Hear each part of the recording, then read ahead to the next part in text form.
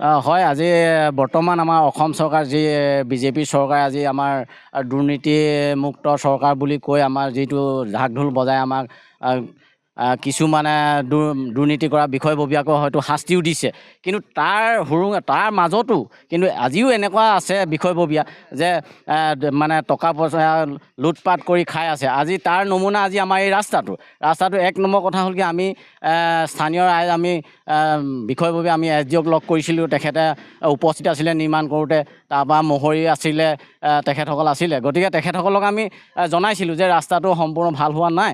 গতিকে আপোনাৰ আগতেও মই জনাইছিলোঁ, প্ৰথম যেতিয়া মেটেলিং কৰিছিলে মেটেলিঙৰ ৰাউণ্ড মেটেলিং পেলাইছিলে তেতিয়াও আমি ধৰিছিলোঁ আৰু বগা শিলগুটিটো মিক্স কৰি আহি পেলাইছিলে। গতিকে আমি তেতিয়া মই ধৰিছিলোঁ যে এইখিনি কিয় আমি ঘূৰাই দিবলৈ লৈছিলোঁ, কিন্তু তেওঁলোকে হ'ব আমি নতুনকৈ আমি এইখিনি হেৰি কৰি দিম ভাল কৰি দিম বুলি ক'লে। কিন্তু তেনেকৈ কোনো বিষয়ববীয়া কোনো দায়িত্বই নল'লে। গতিকে সেইদিনাখন শেষ হোৱা দিনাখনো আকৌ কৈছে যে ৰাস্তা বেয়া হৈছে, গতিকে আপোনালোকে কি কৰিছে।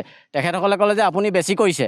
বিশেষকৈ SDO ছাৰে বেছিকৈ আমাক মানে ধমকহে দিছে যে যিহেতু আজিৰ তাৰিখত যদি ঠিকাদাৰসকলে এনেকুৱা পৰিস্থিতিয়ে ৰাস্তা বনায়, এনেকুৱা গাফিলতি কৰে, তো আমি কি বুলি ভাবিব লাগিব।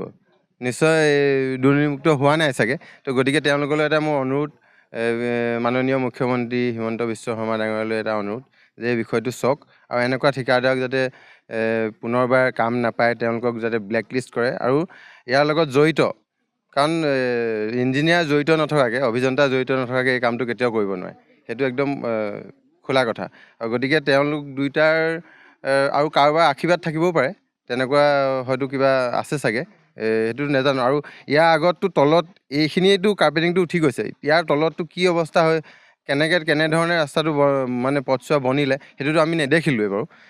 তথাপিও এতিয়া যিকণ দেখিছোঁ এইকণ সম্পূৰ্ণভাৱে মানে পুনৰ নিৰ্মাণ কৰক, অন্যথা আমি নিজৰ ব্যৱস্থা গ্ৰহণ কৰিম। আৰু এই দুইটা বিষয়তে অভিযন্তা আৰু ঠিকাদাৰ তেওঁলোকৰ ওপৰত বিহিত ব্যৱস্থা গ্ৰহণ কৰক কিন্তু।